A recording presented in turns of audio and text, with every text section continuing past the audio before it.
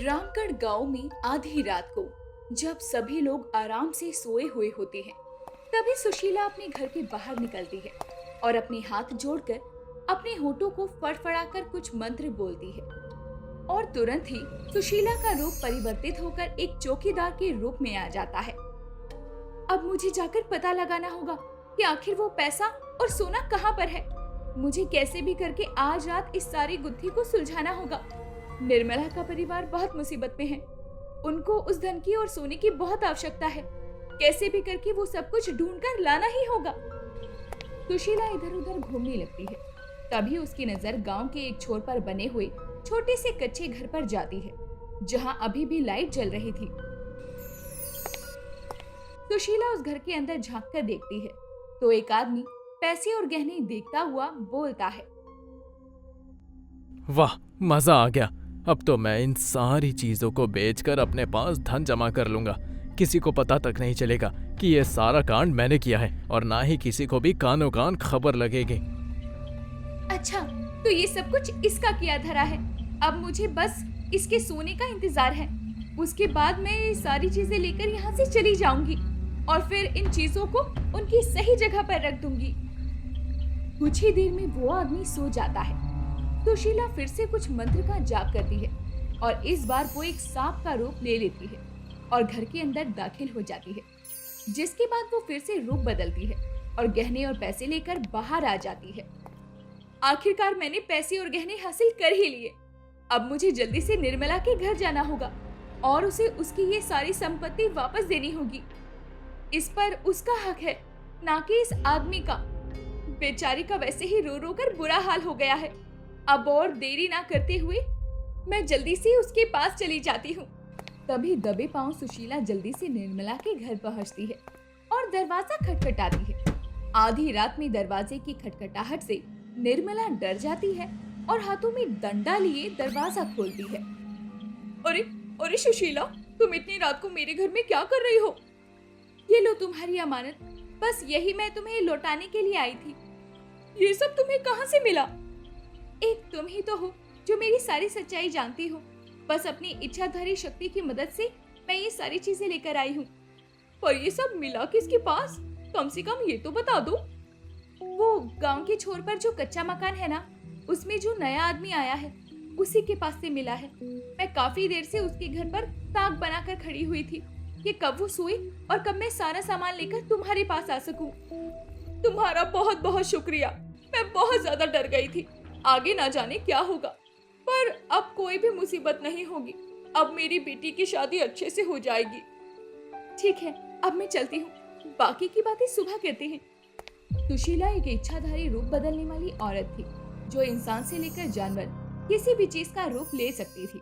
कुछ दिनों पहले उसकी दोस्त निर्मला, जो उसके इच्छाधारी रूप के बारे में जानती थी, उसकी बेटी की शादी पक्की हो गई थी। इसी बीच निर्मला के घर पर पैसे और सोने की एक रात चोरी हो जाती है। अगली सुबह सुशीला निर्मला के घर जाती है और बोलती है, कैसी चल रही है शादी की तैयारी? बहुत अच्छी चल रही है और तुम्हारी मदद से तो और भी ज्यादा अच्छी चल रही है। अरे मदद कैसी? तुम्हारी बेटी भी तो मेरी बेटी है। सच में सुशीला, तुम बहुत अच्छी हो। तुम भी तो बहुत अच्छी हो। तुम्हारी वजह से ही तो मुझे ये इच्छाधारी शक्ति का वरदान मिला हुआ है। मैंने क्या किया? ये सब कुछ तो तुम्हारे अच्छे स्वभाव का नतीजा है। लेकिन अगर तुम उस दिन मुझे जंगल से ना लेकर आती तो मुझे कभी भी ये इच्छाधारी औरत होने का वरदान कैसे मिलता? कुछ समय पहले की बात है।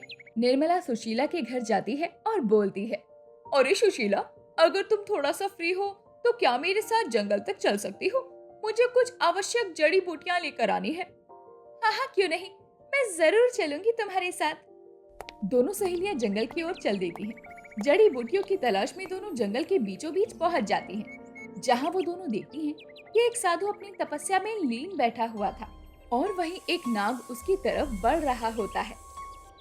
हे भगवान, ये साधु बाबा तो अपनी तपस्या में मगन है और ये नाग उन्हें डसने के लिए उनके करीब जा रहा है। निर्मला, हमें साधु बाबा की मदद करनी होगी। पर सुशीला, हम क्या कर सकते हैं? अगर हमने इस नाग को छेड़ा तो ये नाग हमारे पीछे लग जाएगा और हमें डसने लग जाएगा। हमें कुछ ऐसा करना होगा जिससे ये नाग भी सुरक्षित रहे और साधु बाबा की भी जान बच जाए। पर हम क्या कर सकते हैं? तुम जल्दी कुछ बताओ, हमारे पास ज्यादा समय नहीं है। निर्मला, जल्दी से एक सूखी लकड़ी लेकर आओ। निर्मला जल्दी से एक सूखी लकड़ी लेकर आती है और सुशीला सूखी लकड़ी को धीरे धीरे उस नाग के आगे कर देती है। नाग धीरे धीरे उस लकड़ी पर चढ़ने लगता है और सुशीला उस नाग को उठाकर धीरे से साधु बाबा से काफी दूर ले जाती है और वहीं छोड़कर वापस आती है। तभी साधु बाबा बोलते हैं, कौन हो तुम? बड़ी ही बहादुर स्त्री हो। मेरा नाम सुशीला है और ये मेरी सखी निर्मला। तुम बहुत ही ज्यादा बहादुर हो। वो नाग कोई आम नाग नहीं, बल्कि एक इच्छाधारी नाग था, जो कि मेरी तपस्या भंग करना चाहता था।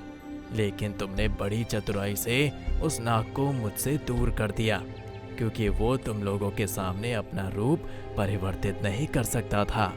हमें इस बारे में कोई ज्ञात नहीं था कि वो नाग इच्छाधारी है या फिर आम नाग है। हम बस आपकी तपस्या भंग भी नहीं होने देना चाहते थे और उस नाग को भी नुकसान नहीं पहुंचाना चाहते थे। इसीलिए जो हमें ठीक लगा हमने वो कर दिया। मैं बहुत अच्छे से जानता हूँ कि तुम दोनों ने ये क्यों किया और कैसे किया। ये नाग हर बार मेरी तपस्या को भंग कर दिया करता था, लेकिन आज तुम्हारी वजह से मेरी तपस्या पूर्ण हो गई। इसलिए मैं तुम्हें आज अपनी शक्तियों से एक वरदान देता हूँ। वरदान? लेकिन कैसा वरदान बाबा? इच्छाधारी औरत होने के वरदान से तुम अपना रूप कभी भी अपनी मर्जी से बदल सकती हो। तुम चाहे तो किसी भी इंसान का रूप ले सकती हो, किसी भी जानवर, पक्षी, हवा, पानी, जो तुम चाहो वो बन सकती हो। बस कभी अपनी शक्तियों का गलत इस्तेमाल मत करना। तथास्तु। और उस दिन से लेकर आज तक बस मैं इच्छाधारी औरत बन गई हूँ और हर किसी की मुसीबत का हल निकाल देती हूँ। सच्चे और अच्छे लोगों को ही उनकी शक्ति का सही इस्तेमाल करना आता है, जैसे कि तुम हो। मैं बड़ी भाग्यशाली हूँ जो तुम्हारी जैसी इच्छाधारी औरत मेरी सखी है। अरे ऐसी बातें ही करती रहोगी या फिर कुछ नाच गाना भी करेंगे? अरे शादी वाला घर है, बातें तो बाद में भी होती रहेगी। अरे हाँ हाँ क्यों नहीं, बजाओ ढोलकी और नाच गाना शुरू कर दो। अरे लड़कियों आ जाओ सारी की सारी। निर्मला की आवाज देते ही सभी लड़कियां और औरतें आ जाती हैं, जिसके बाद सुशीला ढोल बजाती है और गाने बजाने का माहौल तैयार हो जाता है। सभी मिलकर खूब मौज मस्ती करते हैं।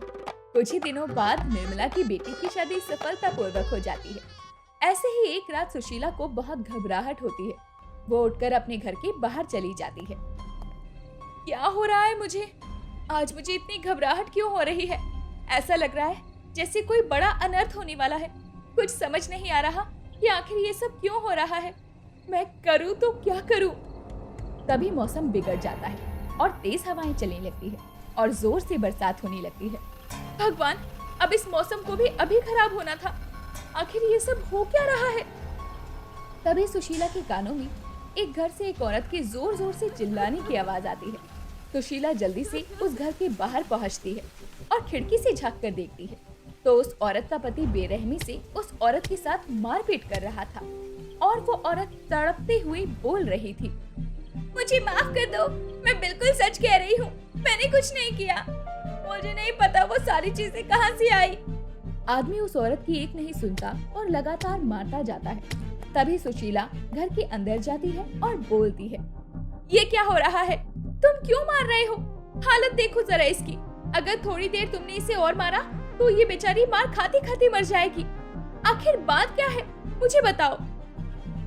एक बार की बात है, इनकी माँ ने कहा कि मैं उनकी साड़ी और उनका सोने का हार बिना पूछे चुरा चुकी हूँ, जबकि मैंने तो ऐसा कुछ नहीं किया।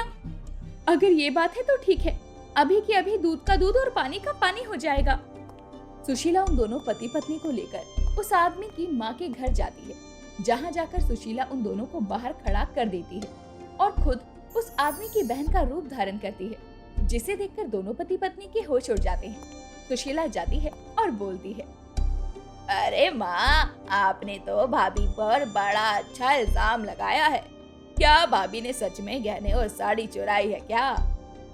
अरे नहीं नहीं, मैं तो सत्याराशी से पीछा छुड़वाना चाहती थी, इसीलिए अपने बेटे के कान भर दिए। मेरा कुछ भी चोरी नहीं हुआ है, सब कुछ ठीक है। पर तू इतनी रात को यहाँ क्या कर रही है? सुशीला उठ खड़ी होती है और तुरंत अपना रूप बदल लेती है। तभी वो आदमी और औरत भी घर के अंदर आ जाती है। अब सारी बात साफ हो चुकी थी। आदमी हाथ जोड़कर अपनी पत्नी से माफी मांगता है और साथ ही अपनी माँ को भी अच्छी तरीके से समझा देता है, जिसके बाद सुशीला वहाँ से चली जाती है। पर जाते जाते वो अपनी इच्छाधारी औरत होने वाली बात को राज बनाए रखने की बात कहकर जाती है और यूं ही लोगों की मदद करती जाती है। अगर आपको हमारी ये वीडियो अच्छी लगी हो तो वीडियो को लाइक और चैनल को सब्सक्राइब जरूर करें और अपने दोस्तों को शेयर करना ना भूलें। साथ ही बेल आइकन प्रेस करें